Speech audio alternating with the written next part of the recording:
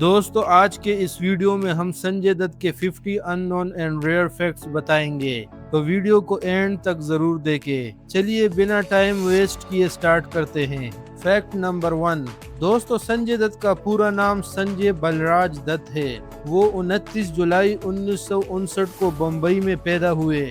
संजय की मां नरगिस मुस्लिम थी और पिताजी सुनील दत्त हिंदू थे। Fact number 2।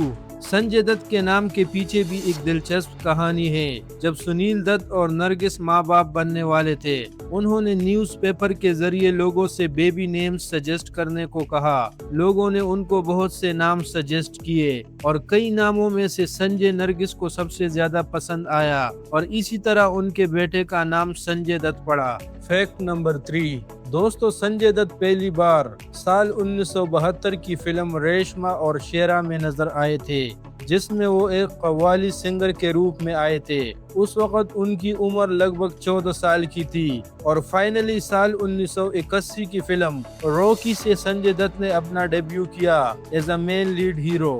Fact number 4। Sanjay को कोकेन और हीरोइन जैसी ड्रग्स की आदत कॉलेज के दिनों से पड़ी, जहां उनके कुछ ऐसे दोस्त बने जिनके साथ रहकर संजू हेवी ड्रग्स करने लगा। संजय ने एक इंटरव्यू में बताया कि उन्हें अपने ऊपर कोई कॉन्फिडेंस नहीं था और वो लड़कियों से बात नहीं कर पाते थे। तो कॉलेज में उनके दोस्तों ने कहा कि अगर तुम ड्रग्स करोगे तो तुम ये सब बातें भूल जाओगे और आसानी से लड़कियों से भी बात कर लोगे। और इसी इन्फ्लुएंस में आकर संजू भी ड्रग्स करने लगे और थोड़े ही दिनों में ड्रग एडिक्ट बन गए। Fact number 5।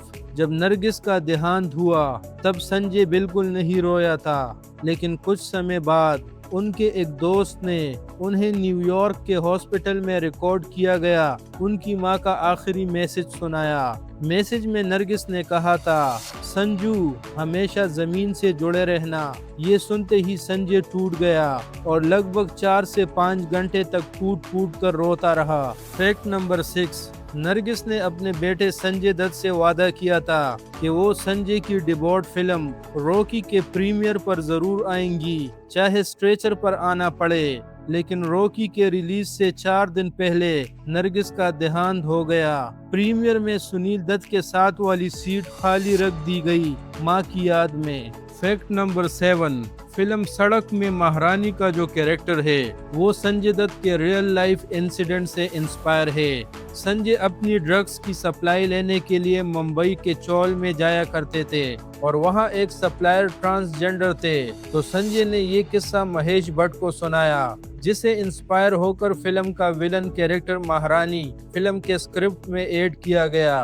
फिल्म के रिलीज के बाद महारानी का कैरेक्टर बहुत पॉपुलर हो गया, क्योंकि उस टाइम के हिसाब से ये एक यूनिक कैरेक्टर था। Fact number 8। साजन फिल्म की शूटिंग के दौरान एक डायरेक्टर ने बताया था कि संजय दत्त मजाक मजाक में माधुरी दीक्षित के कान में बार बार आई लव यू विस्पर करते रहते थे। सोर्सेस के मुताबिक उस टाइम दोनों का सीरियस रिलेशन भी स्टार्ट हुआ था। दोनों ने साल 1988 से 1997 तक कई फिल्मों में साथ काम किया।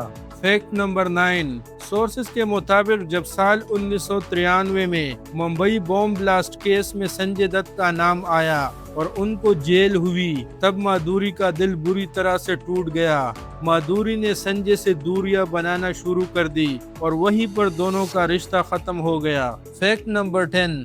19 अप्रैल 1993 को संजय दत्त को क्राइम ब्रांच ने मुंबई एयरपोर्ट पर मॉरिशस से वापस आते वक्त गिरफ्तार किया गया। उनके पास से AK-56 राइफल, 9mm पिस्टल और एम्यूनिशंस मिले, जो 1993 मुंबई ब्लास्ट से जुड़ी हथियारों की कंसाइनमेंट का हिस्सा बताया गया था। Fact number 11। नवंबर 2005 में टाडा कोर्ट ने संजय को टेररिज्म से जुड़े चार्जेस से बरी कर दिया था, लेकिन उन्हें आर्म्स एक्ट के तहत दोषी माना गया। यानी वो टेररिस्ट नहीं थे, लेकिन उनके पास इल्लीगल हथियार रखना साबित हुआ था। Fact number 12। जब संजय दत्त जेल में सरेंडर करने गए तो उन्होंने कोर्ट से सिगरेट पीने की इजाजत मांगी थी, लेकिन कोर्ट ने यह रिक्वेस्ट खारिज कर दी। हाँ, उन्हें 1 महीने तक घर का खाना लाने की इजाजत जरूर दी गई थी। Fact number 13। जेल जाने से पहले संजय दत्त ने कोर्ट से कुछ फिल्मों की शूटिंग कंप्लीट करने की इजाजत मांगी थी। उनका कहना था कि इससे लगभग 278 करोड़ दांव पर लगे हुए हैं। बाद में उन्होंने सरेंडर किया और अपनी सजा पूरी की। फैक्ट नंबर 14, संजय दत्त को इंटरनेशनल मीडियाज जैसे कि BBC वगैरह ने डेडली दत्त का निकनेम दिया था, क्योंकि वो अपनी एक्शन फिल्म्स में अक्सर खुद डेंजरस स्टंट्स परफॉर्म करते थे। फैक्ट नंबर 15, अगस्त 2020 में संजय दत्त को स्टेज 3 लंग कैंसर डायग्नोज हुआ था। शुरू में उन्हें सांस लेने में तकलीफ हो रही थी और कोविड टेस्ट भी कराया गया जो नेगेटिव आया। बाद के मेडिकल टेस्ट में पता चला कि उन्हें लंग कैंसर है। फैक्ट नंबर 16, कैंसर डायग्नोज होने के बाद संजय ट्रीटमेंट के लिए अमेरिका चले गए।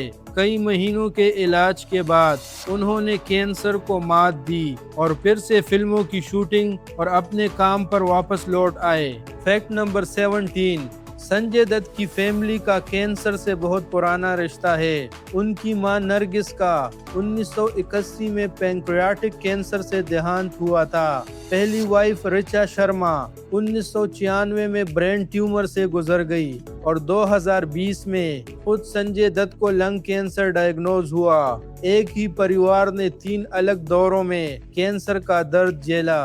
फैक्ट नंबर 18, संजय दत्त को अपना पहला film fair best actor award साल 2000 में वास्तव द रियलिटी फिल्म के लिए मिला था। इस फिल्म में उन्होंने एक गैंगस्टर का किरदार निभाया था जो रियल लाइफ अंडरवर्ल्ड कहानियों से इंस्पायर माना जाता है। फैक्ट नंबर 19, साल 2013 में जेल जाने के बाद संजय दत्त को भी बाकी कैदियों की तरह काम दिया गया। जेल में उनकी ड्यूटी पेपर बैग्स बनाने की थी, जिसके लिए उन्हें 50 रुपए पर डे की मजदूरी मिलती थी। फैक्ट नंबर 20, जब साल 2016 में संजय दत्त जेल से बाहर आए, तब तक वो जेल में काम करके 30,000 रुपए से ज्यादा कमा चुके थे, लेकिन कैंटीन के खर्चों के बाद उनके पास केवल 450 रुपए ही बचे थे और ये पूरी रकम उन्होंने अपनी वाइफ मान्यता दत्त को दे दी थी। फैक्ट नंबर 21, अपनी डिबोर्ड फिल्म रॉकी के शूटिंग के दौरान संजय ड्रग्स की बुरी लत से जूझ रहे थे। संजय ने खुद बताया था कि एक बार कश्मीर शूट के लिए जाते वक्त वो 1 किलो हीरोइन अपने जूतों में छुपा कर ले गए थे। उस दौर में एयरपोर्ट्स पर इतनी स्ट्रिक्ट चेकिंग नहीं होती थी। बाद में इस वाक़ये को याद करके उन्होंने कहा कि आज सोचकर भी डर लगता है। उन्होंने ये भी माना कि कैरियर के शुरुआती दिनों में वो कई बार शूटिंग के दौरान भी नशे की हालत में रहते थे। फैक्ट नंबर 22, संजय दत्त ने अपनी पहली सिगरेट सिर्फ 9 साल की उम्र में पी थी। घर में होने वाली पार्टीज में लोगों को सिगरेट पीते देखकर उन्हें भी आदत लग गई और वो एश ट्रे में से बची हुई सिगरेट्स पीने लगे। एक दिन सुनील दत्त ने उन्हें बाथरूम में स्मोकिंग करते पकड़ लिया, जिसके बाद उन्होंने संजय को सख्त सजा दी। फैक्ट नंबर 23, कॉलेज के दिनों में ही संजय दत्त ने फैसला कर लिया था कि वो एक्टर बनेंगे, क्योंकि उन्हें लगता था कि एक्टिंग एक आसान काम है। जब उन्होंने ये बात सुनील दत्त को बताई तो वो नाराज हो गए। सुनील दत्त ने समझाया कि अगर एक्टिंग इतनी आसान होती तो हर कोई एक्टर बन जाता। इसीलिए उन्होंने संजय को फिल्मों में आने से पहले 2 साल की ट्रेनिंग करने पर जोर दिया। फैक्ट नंबर 24, रॉकी फिल्म के शूटिंग के दौरान संजय दत्त ने एक आदमी को नोटिस किया जो टीना मुनीम को परेशान कर रहा था। ये देखकर संजय बहुत गुस्से में आए और उस आदमी की पब्लिक में ही पिटाई कर दी। बाद में संजय ने इंटरव्यूज में कहा, मैं जवान था और टीना के लिए बहुत प्रोटेक्टिव था, खुद को रोक ही नहीं पाया। फैक्ट नंबर 25, जब संजय दत्त और टीना मुनीम का ब्रेकअप हो गया तो ब्रेकअप के बाद जब वो ऋषि कपूर के साथ एक फिल्म की शूटिंग कर रही थी, तब उनके अफेयर की अफवाहें फैलने लगी। ये बात सुनकर संजय दत्त बहुत गुस्से में आ गए और अपने दोस्त गुलशन ग्रोवर के साथ ऋषि कपूर के घर पहुंच गए। संजय दत्त ऋषि कपूर को पीटना चाहते थे, लेकिन नीतू कपूर ने उन्हें समझाया कि ऋषि और टीना के बीच ऐसा कुछ नहीं है। नीतू की बात मानकर संजय वहां से चले गए और मामला शांत हो गया। बाद में गुलशन ग्रोवर ने भी इस किस्से की पुष्टि की थी। फैक्ट नंबर 26, संजय दत्त की जिंदगी का सबसे डरावना पल तब आया जब हीरोइन लेने के बाद वो सो गए और सीधा 2 दिन बाद उनकी आंख खुली। उनके सर्वेंट ने रोते हुए बताया कि वो 48 घंटे से बेहोश थे। ये सुनते ही संजय के होश उड़ गए। जब उन्होंने आईने में अपनी हालत देखी तो उन्हें एहसास हुआ कि अगर अब भी ड्रग्स नहीं छोड़ी तो मौत दूर नहीं है। उसी दिन संजय ने अपने फादर सुनील दत्त से मदद मांगी, जिन्होंने उन्हें ट्रीटमेंट और रिहेबिलिटेशन के लिए अमेरिका भेज दिया। ये वही मोड़ था जहां से संजय ने अपनी जिंदगी बदलने का फैसला किया। फैक्ट नंबर 27, जब सुनील दत्त संजय को अमेरिका रिहेब ले गए तो एडमिट होने से पहले संजय को कुछ मेडिकल फॉर्म्स भरने थे, जहां उन्हें टिक करना था कि उन्होंने कौन कौन से ड्रग्स यूज किए हैं। तो संजय ने हर ड्रग के सामने टिक कर दिया। डॉक्टर ने जब संजय दत्त का फॉर्म देखा तो उन्होंने पूछा कि तुमने सच में ये सारे ड्रग्स किए हैं? तो संजय ने कहा, मैंने हर तरह के ड्रग्स किए हैं। डॉक्टर ये सुनकर हैरान हो गया और उन्होंने सुनील दत्त को बताया कि इतने ड्रग्स करने के बाद किसी का भी जिंदा बचना मुश्किल हो जाता है। ये आपके हेवी इंडियन फूड्स की बदौलत है कि इतने ड्रग्स करने के बावजूद संजय आज जिंदा है।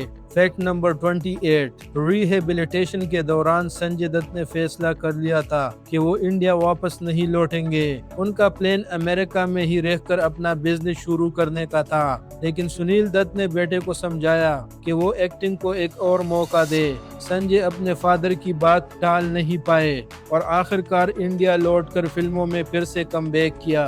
फैक्ट नंबर 29, इंडिया लौटने के बाद संजय दत्त ने अपनी जिंदगी को डिसिप्लिन के साथ जीने का फैसला किया। इसी दौरान उनकी बॉडी बिल्डिंग में दिलचस्पी बढ़ गई। अमेरिका में रिहेबिलिटेशन के वक्त वो बार बार आर्नल्ड श्वार्ज़नेगर की फिल्में देखते थे, जिन्होंने उन्हें फिटनेस और मस्कुलर फिजिक बनाने के लिए इंस्पायर किया।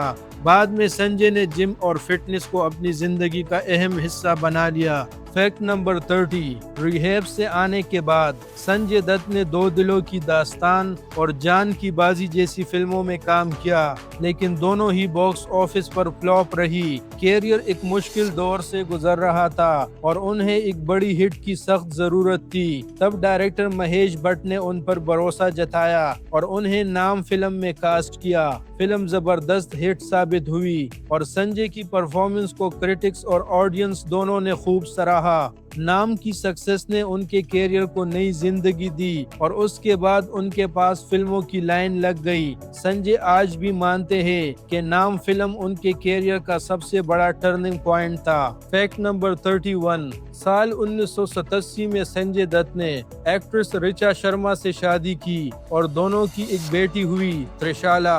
लेकिन त्रिशाला के जन्म के सिर्फ 4 महीने बाद ऋचा को बहुत तेज सर दर्द रहने लगा। जब डॉक्टर से चेकअप करवाया गया तो पता चला कि उन्हें ब्रेन ट्यूमर है। इसके बाद संजय ने ऋचा को उसी हॉस्पिटल में एडमिट करवाया जहां उनकी मां नरगिस का इलाज हुआ था और फाइनली साल 1996 में कैंसर की वजह से उनका डेथ हो गया।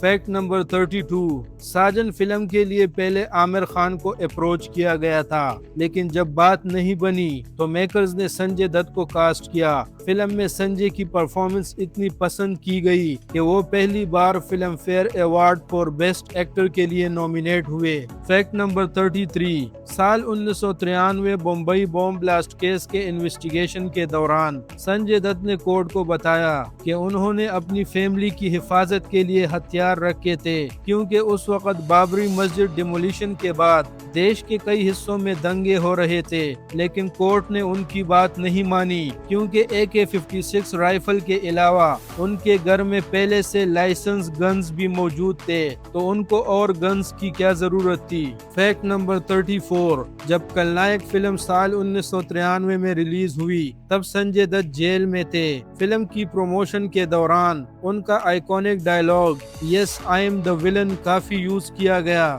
जिसने मूवी को जबरदस्त हाइप दिलाई। रिलीज के बाद खलनायक बॉक्स ऑफिस पर ब्लॉकबस्टर साबित हुई और साल की दूसरी सबसे ज्यादा कमाई करने वाली बॉलीवुड फिल्म बनी। फैक्ट नंबर 35, साल 1998 में वैलेंटाइंस डे के दिन संजय दत्त ने रिया पिल्लाई को प्रपोज किया था। उन्होंने अपने रिश्ते को प्राइवेट रखते हुए बिना किसी को बताए शादी कर ली थी। फैक्ट नंबर 36, शादी के कुछ साल बाद रिया पिलाई का एक्स्ट्रा मैरिटल अफेयर की खबरें सामने आने लगी। रिपोर्ट्स के मुताबिक रिया ने टेनिस प्लेयर लिएंडर पाइस को डेट करना शुरू कर दिया, जिसके बाद संजय दत्त ने उनसे अलग होने का फैसला लिया।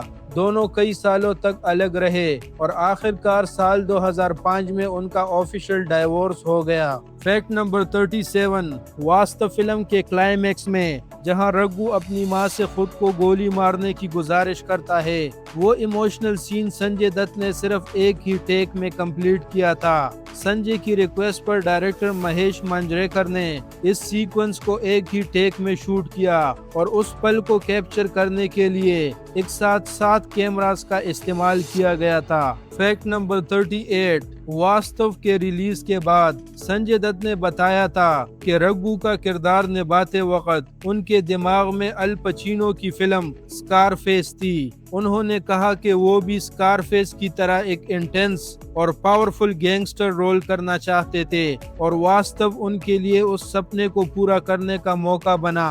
फैक्ट नंबर 39, साल 2000 में संजय दत्त और अंडरवर्ल्ड डॉन छोटा शकील के बीच हुई एक फोन कन्वर्सेशन की रिकॉर्डिंग लीक होने की खबरें सामने आई थी। इसके बाद उनके अंडरवर्ल्ड से रिश्तों को लेकर काफी चर्चा हुई। संजय दत्त ने बाद में सफाई देते हुए कहा कि उस दौर में बॉलीवुड पर अंडरवर्ल्ड का काफी गहरा असर था, इसीलिए एक्टर्स, डायरेक्टर्स और प्रोड्यूसर्स को मजबूरी में उनसे प्रोफेशनल रिलेशंस बनाकर रखने पड़ते थे। फैक्ट नंबर 40, मुन्ना भाई MBBS के लिए पहले शाहरुख खान को अप्रोच किया गया था, लेकिन उन्होंने ये रोल इसीलिए रिजेक्ट कर दिया क्योंकि उन्हें लगा कि वो इस कैरेक्टर के लिए सही चॉइस नहीं है। इसके बाद ये रोल संजय दत्त को मिला। फिल्म जबरदस्त ब्लॉकबस्टर साबित हुई और मुन्ना भाई का किरदार इतना पॉपुलर हुआ कि उसने संजय दत्त की पब्लिक इमेज को भी पूरी तरह बदल दिया।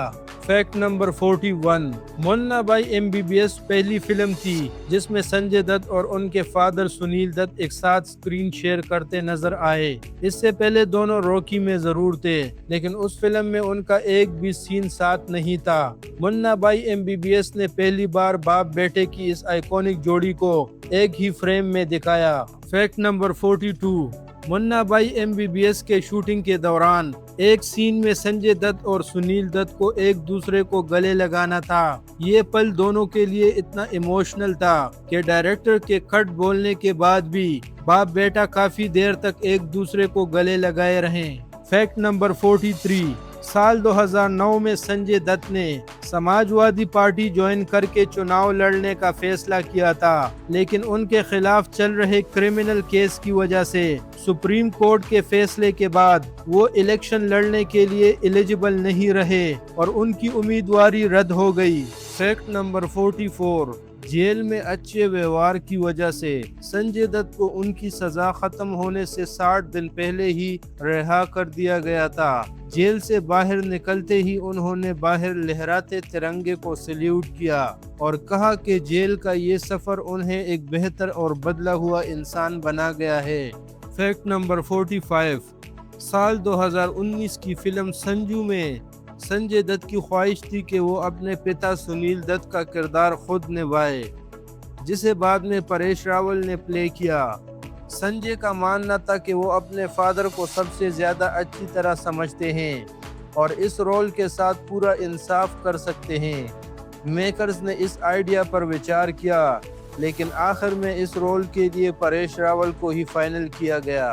फैक्ट नंबर 46, साल 1985 की फिल्म युद्ध, जो एज अ डायरेक्टर राजीव राय की पहली फिल्म थी। जैकी श्रॉफ वाला रोल सबसे पहले संजय दत्त को ऑफर हुआ था, लेकिन उस वक्त संजय ड्रग्स की वजह से अपने होश में नहीं रहते थे और फिल्म को बार बार उनकी वजह से डिले करना पड़ा था। फिल्म के कुछ सीन शूट होने के बावजूद राजीव राय को संजय दत्त को ड्रॉप करने का डिसीजन लेना पड़ा और फिल्म को फिर से जैकी श्रॉफ के साथ स्टार्ट किया गया। फैक्ट नंबर 47, साल 1992 की फिल्म यलगार वैसे तो बॉक्स ऑफिस पर फ्लॉप रही, लेकिन संजय इस फिल्म को हमेशा याद रखेंगे क्योंकि इसी फिल्म के शूटिंग के दौरान फिल्म के प्रोड्यूसर, डायरेक्टर और एक्टर फेरोज खान ने दुबई में संजय दत्त को अंडरवर्ल्ड डॉन दाऊद इब्राहिम से मिलवाया था और यही से संजय दत्त का अंडरवर्ल्ड से कनेक्शन शुरू हुआ था। फैक्ट नंबर 48, साल 2005 की फिल्म ब्लफ मास्टर में रॉय का कैरेक्टर जो अभिषेक बच्चन प्ले करता है वो पहले संजय दत्त को ऑफर हुआ था और फिल्म का सेकंड लीड जो रितेश देशमुख ने निभाया वो अभिषेक को ऑफर हुआ था, पर डेट्स ना होने के कारण संजय ने ये फिल्म साइन नहीं की, इसी वजह से अभिषेक को मेन लीड मिल गया था। फैक्ट नंबर 49, साल 2012 की फिल्म अग्निपथ में संजय दत्त को कांचा के रोल के लिए बहुत अप्रिसिएशन मिला, लेकिन असल में ये रोल पहले नाना पाटेकर को ऑफर हुआ था। नाना ने इस रोल को करने से मना कर दिया था और उसके बाद ही ये रोल संजय दत्त को ऑफर हुआ और संजय को ये रोल बहुत पसंद आया था।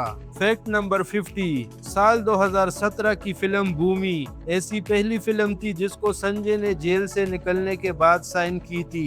फिल्म की रिलीज डेट 29 जुलाई डिसाइड हुई थी, लेकिन संजय ये फिल्म अपने डॉटर त्रिशाला को डेडिकेट करना चाहते थे, तो संजय ने प्रोड्यूसर से रिक्वेस्ट की और इस फिल्म को 12 अगस्त को रिलीज किया गया।